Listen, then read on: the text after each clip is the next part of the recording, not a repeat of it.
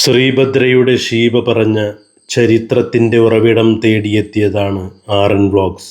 ചേർപ്പ് തിരുവള്ളക്കാവ് ക്ഷേത്രത്തിൻ്റെ സമീപമുള്ള ശീബയുടെ ചരിത്രമുറങ്ങുന്ന തറവാട്ട് വീട്ടിൽ ഇവിടെ എത്തിയപ്പോൾ ശീബയുടെ ചരിത്രവിവരണം എൻ്റെ മനസ്സിൽ തെളിഞ്ഞു വന്നു. ഇനി നമുക്ക് ഈ ചരിത്രത്തിൻ്റെ വാതിൽ തുറക്കാം.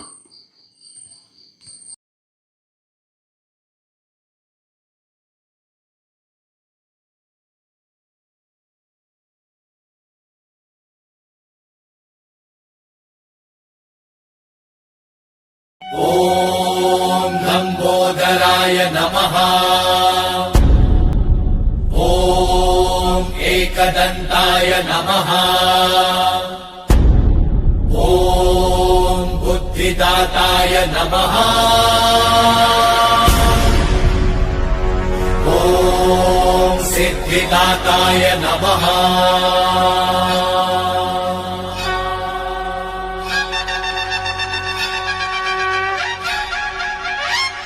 ആർ.എൻ. ബ്ലോഗ്സിലേക്ക് സ്വാഗതം. രഘു നിങ്ങൾക്കൊപ്പം. ഇന്ന് ഞാൻ നിങ്ങളെ കൂട്ടിക്കൊണ്ടു പോകുന്നത് ഒരു ദിവ്യ മുഹൂർത്തത്തിന് സാക്ഷ്യം വഹിക്കാൻ വേണ്ടിയിട്ടാണ്. ഞാൻ ഇന്നിവിടെ എത്തി നിൽക്കുന്നത് ചേർപ്പ് തിരുവള്ളക്കാവ് എന്ന ദേശത്താണ് ഞാൻ എത്തി നിൽക്കുന്നത്. ഇവിടെ ഒരു അത്യപൂർവ കഴിവുള്ള ഒരു കലാകാരൻ എന്ന് വെച്ച് കഴിഞ്ഞാൽ ഒരു ചായക്കൂട്ടുകളെ കൊണ്ട് വിസ്മയം വിരിയിക്കുന്ന ഒരു വ്യക്തിയാണ് നമ്മൾ ഇന്ന് പരിചയപ്പെടാൻ പോകുന്നത്. അപ്പോൾ അദ്ദേഹം ഇവിടെ ഉണ്ട്. അയാളെ പ്രത്യേകം റിക്വസ്റ്റ് ചെയ്തിട്ട് അയാളെ ഒരു അപ്പോയിന്റ്മെന്റ് എടുത്തതാണ്. അപ്പോൾ ആളെ നമുക്ക് ഇവിടെ ഉണ്ടെന്ന് നോക്കാം. നമുക്ക് ട്രൈ ചെയ്ത് നോക്കാം.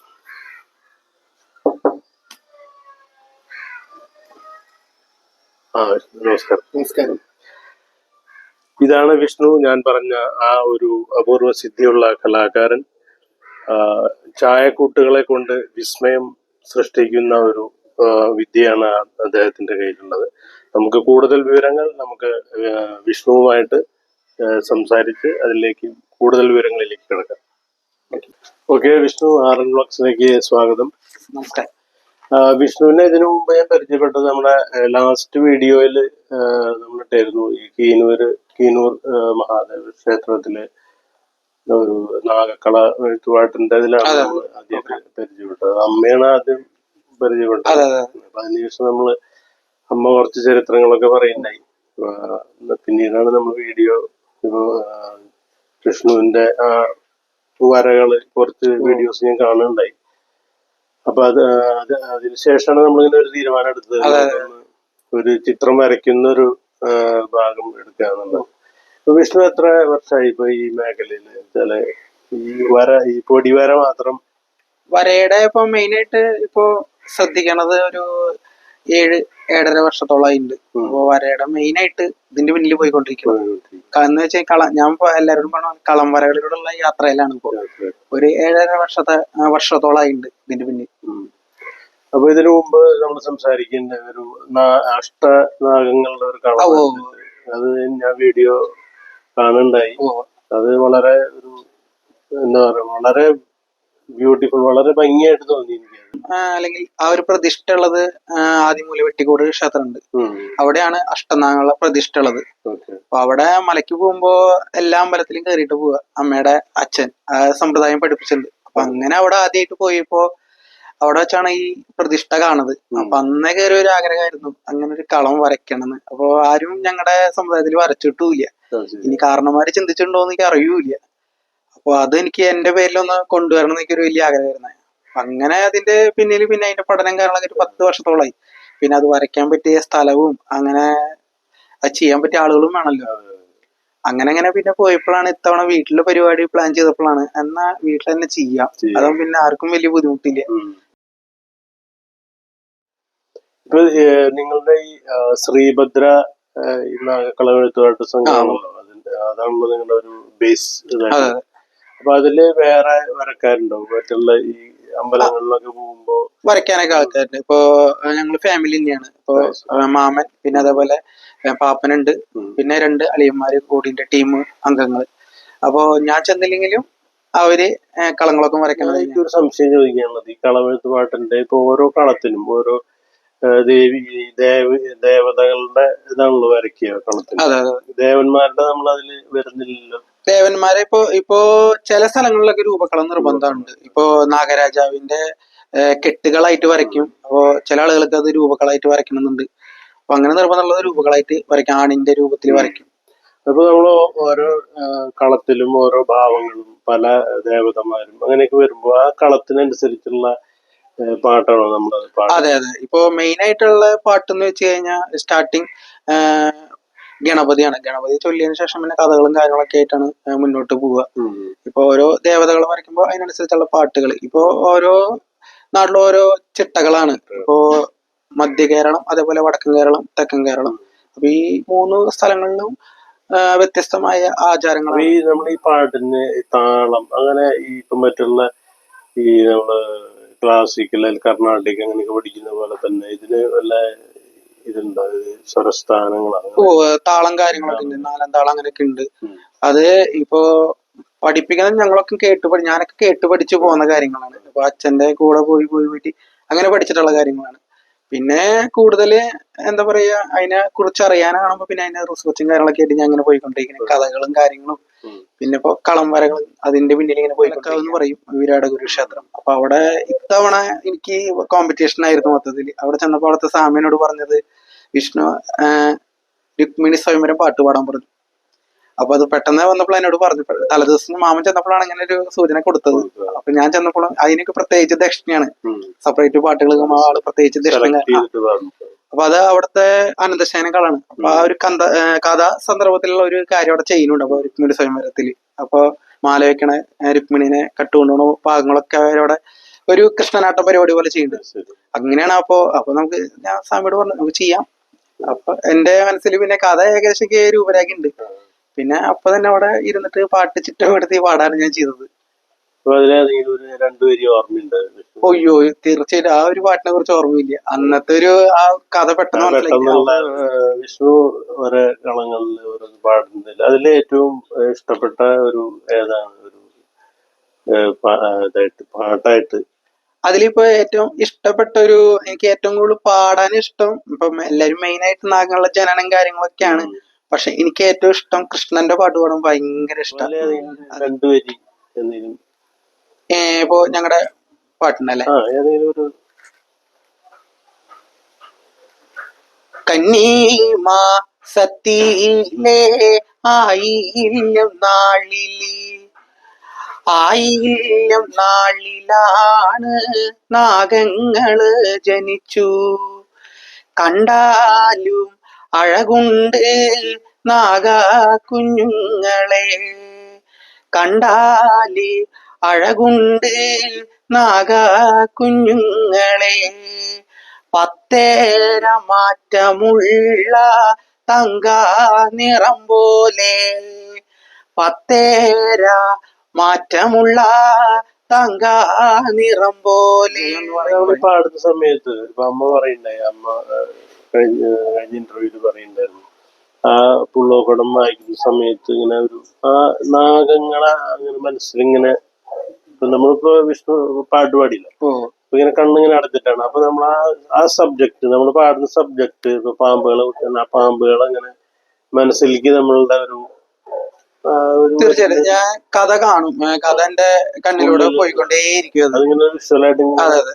ഇപ്പോ ഇതിന്റെ മെയിൻ തുടക്കം ഞാൻ മാല വെക്കണ ഭാഗങ്ങളൊക്കെ ഉണ്ട്. കാശ്യപ മഹർഷി കദ്രുവിന് വിരുദ്ധനൊക്കെ മാല വെക്കണ കഥയുണ്ട്. അപ്പൊ ആ മാല വെക്കണ ഭാഗം വരെ എന്റെ കണ്ണിലൂടെ പോയിക്കൊണ്ടിരിക്കും. അവിടെ എന്താണോ അങ്ങനെയാണ് ആ കഥ ഓർഡർ ആയിട്ട് ഇങ്ങനെ പോയിക്കൊണ്ടിരിക്കുക. ഞാൻ ചെയ്യണ എല്ലാ കാര്യങ്ങളും അച്ഛന്റെ തന്നെയാണ്. കാരണം ഞാനായിട്ട് ഒന്നും കൊണ്ടുവന്നിട്ടില്ല.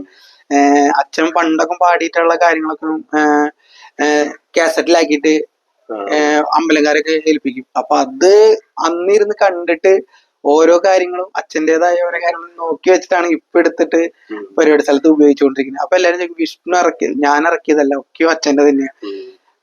അച്ഛന്റെ പാട്ടുകളാണ് ഇപ്പോഴും ഒരു പ്രചോദനം.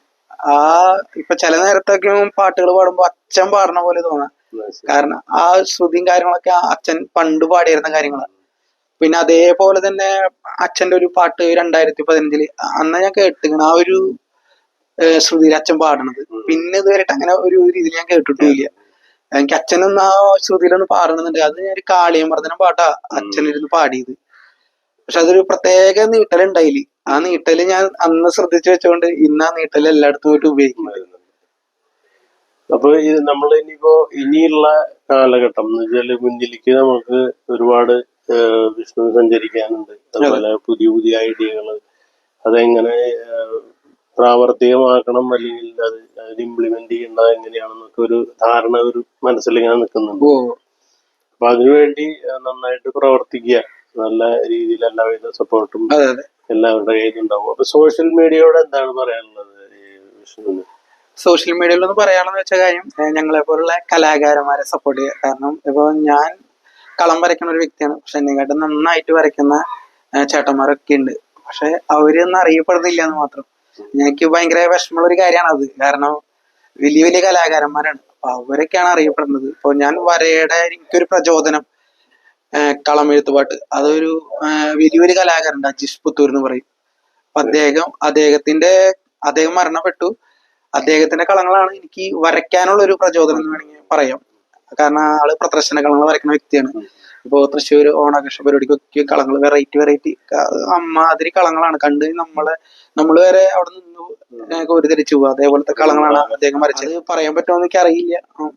ആ നൊസ്റ്റാളജിക് കഥ അത് പറയാമോ? തീർച്ചയായിട്ടും. അതെ, ഞാനിപ്പോ വരയിലേക്ക് വരാനുള്ള ഒരു കാര്യം കൂടിയാണത്. ഒരു 2009 ടൈമിലൊക്കെയും അച്ഛനമ്മയും കിള്ളിയോളങ്ങരക്കാര അമ്പലം എന്ന് പറയും. അമ്പലത്തിന്റെ പേര് അവർക്ക് ബുദ്ധിമുട്ടൊന്നും ഇല്ല. ഇപ്പൊ അവിടെ പരിപാടി ഞങ്ങളല്ല, വേറെ ടീമാണ്. അന്ന് അവിടെ ആനന്ദശയനം കളം വരയ്ക്കാൻ അച്ഛനമ്മയുടെ അടുത്ത് ആവശ്യപ്പെട്ടു. അപ്പോ ഞങ്ങളിൽ ആരും വരയ്ക്കണവരില്ല ഇപ്പോ സമുദായത്തില്. അപ്പൊ അവർക്ക് വേണ്ട കളം എന്ന് വെച്ച് കഴിഞ്ഞാൽ കലണ്ടർ പോലത്തെ ഒരു കളം തന്നെയാണ്. കാരണം അവരെന്താണ് കമ്മിറ്റി അവരുദ്ദേശിക്കുന്നത് അടിപൊളി കളമായിരിക്കണം. അപ്പൊ അവര് ഫോട്ടോ കൊടുത്തിട്ടുണ്ട്. ആ ഫോട്ടോ അനുസരിച്ച് വരയ്ക്കണം. അപ്പോ ഞങ്ങളിൽ ആരും ഒന്നും വരയ്ക്കണവരാരും ഇല്ല. അവര് ഉദ്ദേശ രീതിയിൽ വരയ്ക്കാൻ പറ്റിയ ആരും ഇല്ല, സമുദായത്തിലും ഇല്ല. അപ്പൊ അതുകൊണ്ട് തന്നെ അച്ഛനും പറഞ്ഞു, എന്നാ അങ്ങനെയാണെങ്കിൽ അജീഷിനെ കൊണ്ട് വരപ്പിച്ചോളാൻ പറഞ്ഞു. അങ്ങനെ വന്നിട്ട് പാടി തരാന്ന് പറഞ്ഞു. അപ്പൊ അത് എന്താ പറയാ, ആളെ കൊണ്ട് വരപ്പിച്ചു. അച്ഛനമ്മയും പോയി പാടി. പക്ഷെ അത് ഞങ്ങളുടേതായ സമുദായത്തില് ഭയങ്കര ചർച്ചാ വിഷയമായിരുന്നു മൊത്തത്തില്. അത് ചെയ്യാൻ പാടില്ല, അത് വലിയ തെറ്റാണ് ചെയ്തതെന്ന് പറഞ്ഞിട്ട് അച്ഛനമ്മ സമ്മതിച്ചു. കാരണം അവർക്ക് വേണ്ട കള ഞങ്ങൾക്ക് ചെയ്തു കൊടുക്കാൻ പറ്റാണ്ടായപ്പോഴാണ് ആളെ കൊണ്ട് വരപ്പിച്ചത്. പക്ഷെ അത് വലിയൊരു പ്രശ്നമായിരുന്നു മൊത്തത്തില്. അച്ഛനെ അവിടെ ഒരു ഫംഗ്ഷന് ചെന്നാൽ തന്നെ കളിയാക്കലായിരുന്നു, മറ്റൊരാളെ കൊണ്ട് വരപ്പിച്ചിട്ട് പോയി പാടി എന്ന് പറഞ്ഞിട്ട്. അത് എന്റെ മനസ്സിൽ കിടക്കുന്നുണ്ടായിരുന്നു. അവിടുന്ന് അച്ഛന് വേണ്ടി വരക്കാരനായ വ്യക്തി. ഇവിടെ 70 കളങ്ങൾ വരച്ചു. പിന്നെ പുറത്ത് ഇപ്പോ വലിയ വലിയ കളങ്ങളൊക്കെ പാലാഴിമർദ്ദനം കളം, കാളിയമർദ്ദനം കളം, അനന്തശയനം, അതേപോലെ കളങ്ങളൊക്കെ വര കഴിഞ്ഞിട്ടുണ്ട്. അതൊരു കറക്റ്റ് കണക്കറിയില്ല. ഒരു 40-ൽ പരം പുറത്ത് തന്നെ അന്ന് 19 തൊട്ട് ഇതുവരെ വരച്ചു തീർത്തിട്ടുണ്ട് പുറത്ത്. അത് അത്യാവശ്യം എമൗണ്ടും കാര്യങ്ങളൊക്കെ വരുന്ന കളങ്ങൾ. വിഷ്ണുവിനോട് ഒരു കാര്യം, ഇപ്പൊ അമ്മയിൽ നിന്ന് ഒരുപാട് കാര്യങ്ങൾ ഇപ്പോ എനിക്ക് അറിയാൻ കഴിഞ്ഞു, ഇവിടുത്തെ നിങ്ങളുടെ ഈ തറവാടിന്റെ ചരിത്രങ്ങളും കാര്യങ്ങളും. അപ്പൊ വിഷ്ണുവിന്റെ അനുഭവത്തിലുണ്ടായ എന്തെങ്കിലും ഒരു എന്താ പറയാ, ഒരു നാഗദൈവങ്ങളുടെ അല്ലെങ്കിൽ നാഗത്തിന്റെ എന്തെങ്കിലും ഒരു അത് അമ്മ പറഞ്ഞിട്ടുണ്ട്. ഞാൻ പരിപാടിക്ക് പോയ സ്ഥലത്ത് ഇതേപോലെ നാഗം വന്നിട്ടുള്ളത്. അത് എന്ന് വെച്ചാൽ അനുഭവം എന്ന് വെച്ച് കഴിഞ്ഞാൽ ഇപ്പൊ എല്ലായിടത്തും ഈ ഒരു ഇത് വരുന്നതാണ് നാഗങ്ങള്. പക്ഷെ അന്നത്തെ ഒരു പ്രത്യേകത എന്ന് വെച്ച് കഴിഞ്ഞാൽ അന്ന് കളം വരച്ചിരിക്കുന്നത് രൂപക്കളായിരുന്നു. നാഗേഷിയുടെ രൂപക്കള വരച്ചിട്ടുണ്ടായത്. പിന്നെ പ്രത്യേകിച്ച് എടുത്തു പറയാൻ മണലിനെ വരച്ചിരിക്കുന്നു. അപ്പൊ അത് ഇപ്പോഴും ഒരു ആകാംക്ഷയാണ്, എന്താ അങ്ങനെ വന്നേന്ന്. കാരണം നാഗങ്ങള് നമ്മളെന്ത് ഒരു പ്രാണി വരെ പോയാൽ തന്നെ ആ കളത്തിൽ എന്തെങ്കിലും മിസ്റ്റേക്ക് ഉണ്ടാവും. ഈ ഒരു നാഗം അതിൽ ഇടഞ്ഞു പോയിട്ട് ഒരു പ്രശ്നം ആ രൂപത്തിന് പറ്റിയിട്ടുണ്ടായില്ല. അപ്പൊ അതൊരു വലിയൊരു അത്ഭുതമായി തോന്നി. ഒന്നും പറ്റിയില്ല. അപ്പൊ ഞങ്ങൾ അതാണ് ആദ്യം എല്ലാം കഴിഞ്ഞിട്ട് ഞാൻ അതാ ആദ്യം പോയി നോക്കിയത്. ഞാൻ കളം വരച്ചു കഴിഞ്ഞാൽ കുറച്ചേരം നോക്കിക്കണ പരിപാടി ഞാനൊക്കെ. അപ്പോ പൂജയുടെ ഇടയിലാണ് ഇങ്ങനെ ഒരു സംഭവം അവിടെ നടന്നത്. പെട്ടെന്ന് എല്ലാവരുടെ ഇടയിൽ കൂടെ നാഗം ഇഴഞ്ഞു വരുന്നത്. അപ്പോഴേക്കും എല്ലാവരും എണീറ്റു ആകെ. പിന്നെ അത് നേരെ കളം ക്രോസ് ചെയ്തിട്ട് നേരെ കാവിക്ക് പോവുക ചെയ്തത്. അതുപോലെ നാടൻ പാട്ടിന്റെ ഒരു ബ്രാൻഡ് തലയിലേറ്റി കൊണ്ടുവരുന്ന കുറെ കാലം ഉണ്ടായിരുന്നു, മണിച്ചേട്ടന്റെ ഇതൊക്കെ ആയിട്ട്. അപ്പൊ ഇപ്പോഴും അതിന്റെ ചലകങ്ങൾ അവിടെ ഇവിടേക്ക് ഉണ്ടാവും മനസ്സില്. അപ്പൊ അതിന്റെ ഒരു 2 വരി നമ്മുടെ ഒരു പ്രേക്ഷകർക്ക് വേണ്ടിയിട്ട് അത് എത്രത്തോളം മായാതെ നിൽക്കുന്നുണ്ടെന്ന് അറിയാൻ വേണ്ടിയിട്ടാണ്. ഉമ്പായി കുച്ചാണ്ട് പാണം കത്തണുമാ വഴല പൊട്ടിച്ച് പാപ്പണ്ടാക്കണുമാ വയറ് കത്യാടി എന്റെ കൊടല് കത്തണുമാ പ്രാണം വെടഞ്ഞിട്ട് ദൈവേ ഓണം വളർത്തണുമാ. നേരത്തെ സംസാരിച്ചിരുന്നല്ലോ ഈ പൊടി ഇതിന്റെ കളം വരയിലേക്ക് വരാൻ ഈ പാട്ട് നാടൻ പാട്ടിന്റെ ഒരു ഭ്രാന്ത് ഒരു കാലത്ത് ഉണ്ടായിരുന്നു. അത് കഴിഞ്ഞ് പിന്നെ പാട്ടിലേക്ക് വന്നു. പിന്നെ അത് വരയിലേക്ക് വരാനുള്ള എന്താ ഒരു പ്രചോദനം ഉണ്ടായിരുന്നു? വരയിലേക്ക് വരാനുള്ള പ്രചോദനം എനിക്ക് കലാഭവൻ മണിച്ചേട്ടന് ഭയങ്കര ഇഷ്ടമാണ്. അപ്പൊ അദ്ദേഹം മരിച്ചോട് കൂടിയാണ് എനിക്ക് ഈ പാട്ടിന്റെ കമ്പം കയറിയത്. അങ്ങനെ പിന്നെ പഴയ വീട്ടിൽ ചെന്നിരിക്കും, അവിടെ ഇരുന്ന് പാട്ടുകൾ, കൂട്ടുകാരന്മാര് വരുമ്പോ പാട്ടുകളൊക്കെ പാടും. ആളുടെ ഒരു മൈൻഡ് ഇപ്പൊ ആ വീടിനെ പറയപ്പെടെ പാടിയെന്ന് പറയാ, ആൾക്കുണ്ടായ പോലെ പാടിയെന്ന പേരിട്ടിക്കണ്. അപ്പൊ അവിടെ ഇരുന്ന് എല്ലാ കലാപരിപാടികളും മൊത്തം അവിടെ തന്നെയാ, പാട്ടുകൾ പാടാ. പിന്നെ അങ്ങനെ ഞാൻ കോമഡി ഉത്സവത്തിന്റെ ഒരു ഓഡീഷന് ഞാൻ പങ്കെടുക്കാൻ പോയിട്ടുണ്ട്. അപ്പോ നാടൻപാട്ടിനായിട്ട് പോയതാ. അവിടെ ചെന്നപ്പോ നാടൻപാട്ട് പാടാൻ ഒരു ലോഡ് കലാകാരന്മാരുണ്ട്, എന്നെക്കാട്ട് നല്ല ടാലന്റായ കലാകാരന്മാര്. അപ്പൊ എനിക്ക് തോന്നി അതെന്തായാലും അവിടെ വിജയിക്കാൻ വഴിയില്ല. പിന്നെ അങ്ങനെ ഞാൻ അമ്മേനെ വിളിച്ചു വരുത്തി, കാട്ടുങ്ങച്ചറ വെച്ച ഇരിഞ്ഞാലക്കുട. അപ്പൊ അമ്മാനെ വിളിച്ചു വരുത്തി കുടം വീണൊക്കെ ആയിട്ട് വരാൻ പറഞ്ഞു. അപ്പൊ അങ്ങനെ ഞങ്ങളുടെ പുള്ളോമ്പാട്ട് പാടാം, അതെനിക്കൊരു കോൺഫിഡൻസ് തന്നെയായിരുന്നു. അത് പാടി കഴിഞ്ഞ് സെലക്ഷൻ കിട്ടുന്നു, വിചാരിച്ച പോലെ തന്നെ സെലക്ഷനും കാര്യങ്ങളൊക്കെ. എങ്ങനെയാണ് പിന്നെ വരയിലേക്ക് വരുന്നത് എന്നാൽ ഞാൻ അവരോട് പറഞ്ഞു, രാവിലെ നമുക്ക് ഞാൻ വരയ്ക്കട്ടെ, നീ വീഡിയോ കാര്യങ്ങളൊക്കെ എടുക്ക്. അങ്ങനെയാണ് പിന്നെ വരയുടെ ലോകത്തേക്ക് കയറുന്നത്. വര പിന്നെ ഭ്രാന്തായി മാറുന്നത്. അന്നൊക്കെ ഒരു തമാശക്ക് തുടങ്ങിയതാണ് വര. പിന്നെ അതിപ്പോ ജീവിതത്തിന്റെ ഒരു ഭാഗമായി. ഇന്ന് ഒരു മാസത്തിൽ ഒരു കളം വരച്ചില്ലെങ്കിൽ പോലും എനിക്ക് ഭയങ്കര ടെൻഷനാ. അപ്പൊ ആ ഒരു രീതി. പിന്നെ ഇപ്പൊ പാട്ടും കാര്യങ്ങളും എല്ലാം കൂടിയിട്ടാണ് ഇപ്പൊ നടക്കുന്നത്. പുതിയ പുതിയ പാട്ടുകൾ കമ്പോസ് ചെയ്യുന്നുണ്ട് ഈ കളം പാട്ടിന് വേണ്ടി. അതെ അതെ, പാട്ടുകളൊക്കെ ഇപ്പൊ എന്റേതായ ഇപ്പൊ ഒരു പാട്ട് എന്റെ നല്ല രീതിയിൽ ആളുകൾ ഏറ്റെടുത്തിട്ടുണ്ട്. എന്റെ ചാനലിൽ തന്നെ 3.5 ലക്ഷം പേര് കണ്ടിട്ടുണ്ട്. ഇപ്പൊ ചെലനോടത്ത് മൊത്തം ഇപ്പൊ ആ പാട്ട് പാടാൻ പറയും. അനന്തൻ മണ്ണാറശാല പോണ ഒരു ഭാഗമാണ്. അപ്പൊ അത് ഇപ്പൊ ചെലനോടത്ത് മൊത്തം അതാ പറയും, വിഷ്ണു ആ പാട്ട് പാടിക്കോളൂ. അതിന്റെ 2 വരി ഞാൻ പാടെന്തായാലും. ഞാൻ കുറച്ച് കാരണം അന്നത്തെ ടൈമില് ഒരു കഥ എടുക്കുമ്പോ ആ കഥയുടെ ഇതായിട്ട് പോവാ. കാരണം ഒരു 5, 6, 7 പരിപാടി ഉണ്ടായിരുന്നു, 7 കളുണ്ട്. അപ്പൊ നമ്മള് ഓർഡർ ആയിട്ടാ അങ്ങനെ പോവാ. അപ്പൊ ചെലനോടത്ത് മൊത്തം അത് പാടാൻ പറയുമ്പോ കുറച്ച് ബുദ്ധിമുട്ടാണ്. കാരണം നമ്മള് കഥ ഓർഡർ ആക്കിട്ട് പോണതാ, പെട്ടെന്ന് നമുക്ക് അവിടെ നിന്ന് എടുത്ത് പാടാൻ പറ്റില്ല. ഇപ്പൊ ഞാൻ ജസ്റ്റ് വെറുതെ ജസ്റ്റ് പാടാം. മണ്ണാറശാല നടുമുറ്റത്ത് ശ്രീ അനന്തനാണ്, മണ്ണാറശാല നടുമുറ്റത്ത് ശ്രീ അനന്തനാണ്, ഇല്ലത്ത് വാഴുന്ന ഇല്ലത്തെ തമ്പ്രാട്ടി, ഇല്ലത്ത് വാഴുന്ന ഇല്ലത്തെ തമ്പ്രാട്ടി, തമ്പുരാട്ടിയെ ശ്രീ അനന്തനും വിളിക്കുന്നുണ്ട്, തമ്പുരാട്ടിയെ ശ്രീ അനന്തൻ വിളിക്കുന്നുണ്ട്. പള്ളിയറയുടെ വാതിലാണ് മെല്ലെ തുറക്കുന്നുണ്ട്, പള്ളിയറയുടെ വാതിലാണ് മെല്ലെ തുറക്കുന്നുണ്ട്. തുറക്കുമ്പോ കാണുന്നത് ശ്രീ അനന്തനെ, തുറക്കുമ്പോ കാണുന്നത് ശ്രീ അനന്തനെ. ഓടപ്പഴം പോലൊരു പെണ്ണിനെ വേണ്ടി ഞാൻ കൂടപ്പുഴയാകെ അലഞ്ഞോനാണ്ടി, ഇന്ന് നിന്റെ വീട്ടില് കല്യാണാലങ്കാരം, ഇന്നെന്റെ വീട്ടില് കണ്ണീരാടി. ഓടുന്ന വണ്ടിയിലോ കിട്ടുന്നോരായാസം നിന്നെ കുറിച്ചുള്ളതായിരുന്നു. കാണും ചുമരുമേ ചിത്രം വരച്ചാലോ, പുതുമഴ പെയ്യുമ്പോ ചിത്രമായും. ഓടപ്പഴം പോലൊരു പെണ്ണിനെ വേണ്ടി ഞാൻ കൂടപ്പുഴയാകെ അലഞ്ഞോനാണ്ടി. അടിപൊളി. ചരിത്രം ഭക്തിയോട് സ്തുതിക്കുന്നു, ഭക്തിയോട് സ്തുതിക്കുന്നു. മരുതി മുനി തന്റെ പുത്രൻ കാശ്യപന പ്രജാപതി, കാശ്യപന പ്രജാപതി. ഭാര്യമാരാകുമല്ലോ ഹറ്റു എന്നും നൂറായെന്നും, ഹറ്റു എന്നും നൂറായെന്നും. ഇങ്ങിനരായി അണ്ണാവരം കൊടുത്തുതാൻ, അണ്ണാവരം കൊടുത്തുതാൻ. തൃപ്തിയോടെ വസിക്കണേ എന്റെ നാമം കേട്ടു നിങ്ങൾ, എന്റെ നാമം കേട്ടു നിങ്ങൾ.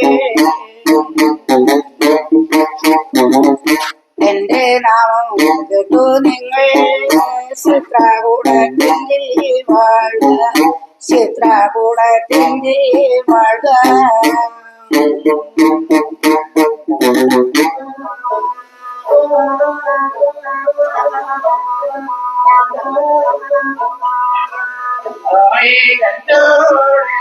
ഒരു നാല അടിവാളം എന്റെ ഗുരുവിന്റെ പാദം വണങ്ങി.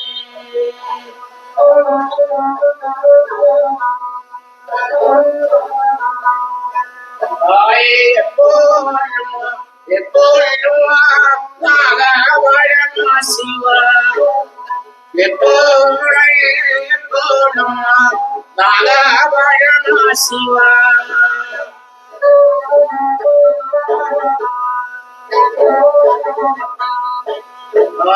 കുമ്പേ മുഖമായി വിളക്ക് വെച്ചാത്തും ഗണപതി ഭഗവാനെ.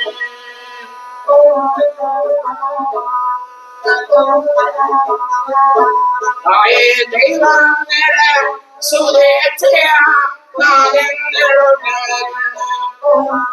ദൈവങ്ങളെ സ്തുതിച്ചാൽ മകങ്ങളുടെ. അപ്പൊ വിഷ്ണു, നമ്മള് ഈ ഉള്ളവർക്കൂടത്തിൻ്റെത് അമ്മയിൽ നിന്ന് നമ്മൾ ഇപ്പൊ വായിച്ചു കേട്ടു.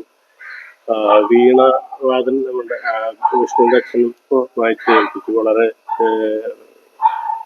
രസകരമായിരുന്നത്. അപ്പൊ എനിക്ക് ചോദിക്കാനുള്ള ഈ നമ്മുടെ ഈ പുള്ളോർ ഈ പാട്ടിന്റെ ഈ നാഗകള പാട്ടിനുള്ള പുള്ളോറിന്റെ ഉപയോഗിക്കുന്നത്. അപ്പൊ അതിന് 3 ഉപകരണങ്ങളാണല്ലോ ഉള്ളത്. അത് ഏതൊക്കെയാണ്? 3 ഉപകരണം എന്ന് പറയുന്നത് പുള്ളോ വീണ, പുള്ളോർക്കുടം, പിന്നെ ഇലത്താളം. ഈ 3 വാദ്യങ്ങളാണ് പ്രോഗ്രാം നടക്കുമ്പോൾ വേണ്ടത്. ത്രിഗുണവാദ്യങ്ങൾ എന്ന് പറയും. ഈ 3 വാദ്യങ്ങൾ കൂടി ചേരുമ്പോഴാണ് അവിടെ പരിപാടിയുടെ നമ്മുടെ ഒരു കുഴപ്പമുണ്ടാവും. അതെ അതെ. അപ്പൊ ഇതിന്റെ ശരിക്ക് എന്തെങ്കിലും ഐതിഹ്യം ഉണ്ട്? ഉത്ഭവ കഥകളും കാര്യങ്ങളൊക്കെ ഉണ്ട്. പുള്ളോർക്കുടത്തിൻ്റെതായ ഉത്ഭവ കഥകളും കാര്യങ്ങളൊക്കെ ഉണ്ട്. കാരണം നാഗഞ്ചേരി ഇല്ലത്തെ ചിരിതാദേവി അന്തർജനം, ആ എന്താ പറയാ, അതില് കഥയിലേക്ക് പോവാണെന്നുണ്ടെങ്കിൽ ഒരുപാടുണ്ട്. ഇപ്പോ നാഗങ്ങൾക്ക് പൊള്ളലേറ്റ കഥകളൊക്കെ ഉണ്ട്. ജനമേജയനം രാജാവ് ആള് സർപ്പസത്രം ചെയ്യുമ്പോഴാണ് പൊള്ളലേറ്റത്. ആ യാഗാഗ്നിയില് നാഗങ്ങൾക്ക് ശപിക്കാണ് അതില് വീണ് മരിക്കട്ടെ എന്ന്. അപ്പൊ അങ്ങനെ നാഗങ്ങൾ മൊത്തം എന്താ പറയാ പൊള്ളലേറ്റിട്ട് പിന്നെ ചെല്ലണത് പല രീതിയിലാണ് കഥകൾ വരുന്നത്. കിണറ്റിങ്കര അല്ലെങ്കിൽ കുളം എന്ന് പറയുന്നുണ്ട്, നദി എന്ന് പറയുന്നൊക്കെ ഉണ്ട്. അപ്പോ അവിടെ ചെല്ലുമ്പോഴാണ് അന്തർജനം വെള്ളം മുക്കാൻ പോകുമ്പോഴാണ് ഇത് കാണുന്നത്. അങ്ങനെ കുടം കാണിച്ചു കൊടുക്കുകയാണ് ചെയ്യണത്. കുടത്തിൽ കയറിക്കുളം പറയണത്. അങ്ങനെ കുടത്തിൽ കയറിയിട്ട് ആളുടുത്ത സുഗലാടയുടെ ആട അഴിച്ച് അത് വെച്ച് വായ കെട്ടാണ് ചെയ്യണത്. അങ്ങനെയാണ് പിന്നെ ഇല്ലത്തിൽ കൊണ്ടുപോകണത്. പിന്നെ അവിടെ ചെല്ലുമ്പോൾ പിന്നെ എന്താ പറയാ ഇല്ലത്തുള്ള ആളുകൾ അന്തർജനത്തിന്റെ ഭ്രഷ്ട് കൽപ്പിക്കുകയാണ് ചെയ്യണത്. അങ്ങനെ ഭ്രഷ്ട് കൽപ്പിച്ച് ആളെ പുറത്താക്കാണ് ചെയ്യണത് ഇല്ലത്തിൽ നിന്ന്. പിന്നെ കൂടെ ഇപ്പൊ കഥകളിൽ പറയണത് കൂടെ എന്താ പറയാ അവിടെ വെപ്പുകാരനായ പട്ടരെയും പറഞ്ഞു വിട്ടുന്നതാണ് കൂടെ ഒരു കൂട്ടിനായിട്ട്. അപ്പൊ പുള്ളിവേണി നായരെന്നാണ് പറയപ്പെടുന്നത്. അപ്പൊ അങ്ങനെ പുള്ളുവനെന്നും പറയപ്പെടുന്നുണ്ട്. പിന്നെ വേറെ രീതിയിൽ കഥ സൃഷ്ടി വരുമ്പോ മഹാദേവൻ സൃഷ്ടിച്ചതാണ് പുള്ളുവനെ എന്ന് പറയുന്നത്. പുള്ളുവെന്നല്ല, പുല്ലുവെന്നാണ് പറയുന്നത്. ഗർഭം നനച്ചെടുത്ത് മഹേശ്വരൻ പുല്ലുവനെ സൃഷ്ടിച്ചു എന്നാണ് പറയുന്നത്. അങ്ങനെയാണ് പിന്നെ സൃഷ്ടിച്ചു പിന്നെ അങ്ങനെ പറഞ്ഞു പറഞ്ഞാണ് പുള്ളുവനായത്. അപ്പൊ അങ്ങനെ സൃഷ്ടിച്ച ശേഷമാണ് നാരദന്റെ കയ്യിലുള്ള വീണയാണ് കൊടുക്കുന്നത്. അപ്പോ മഹാദേവന്റെ നിർദ്ദേശപ്രകാരമാണ് ആ വീണ പുള്ളുവനെ ഏൽപ്പിക്കുന്നത്. മഹാദേവനെ പാടി ഉറക്കാനും കാര്യങ്ങൾക്കൊക്കെ ആയിട്ട്. അപ്പോ നാരദ മഹർഷിയുടെ കയ്യിൽ നിന്ന് കൊടുത്തുകൊണ്ട് നാരദ വീണ എന്നും, പുള്ളുവൻ വായിക്കുന്നത് കൊണ്ട് പുള്ളു വീണ എന്നും, പിന്നെ അതേപോലെ തന്നെ മഹാദേവൻ കൈലാസത്ത് വെച്ച് കൊടുത്തുകൊണ്ട് കൈലാസ വീണ എന്നും, പിന്നെ അതേപോലെ തന്നെ മഹാദേവന്റെ നിർദ്ദേശപ്രകാരം കൊടുത്തുകൊണ്ട് രുദ്രവീണ എന്നാണ് വീണേനെ പറയപ്പെടുന്നത്. പിന്നെ അതേപോലെയാണ് കുടം, ബ്രഹ്മാവിന്റെ കയ്യിലുള്ള ബ്രഹ്മം കുടം എന്നാണ് പറയപ്പെടുന്നത്. പിന്നെ അതേപോലെ ഇലത്താളം, കുഴിത്താളം, വിഷ്ണു താളം എന്ന് പറയും. വിഷ്ണു, നമ്മളിവിടെ ഇപ്പോ ഇത് ഈ കളം വരച്ചിരിക്കുന്നത് നാഗചാമുണ്ടി